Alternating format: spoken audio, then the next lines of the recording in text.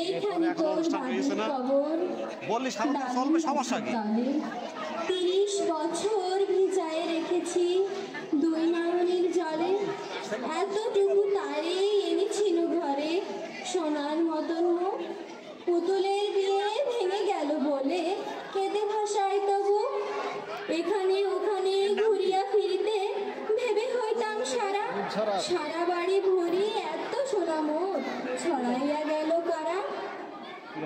সোনালি ওষার সোনা মুক্তার আমার নয়নে ভরি, লাঙল লইয়া খেতে ছুটিতাম গায়ের পথ ধরি, যাইবার কালে ফিরে ফিরে তারে দেখে লইতাম কত, এ কথা লইয়া ভাবি সাপ মরে তামাশা করিত শত।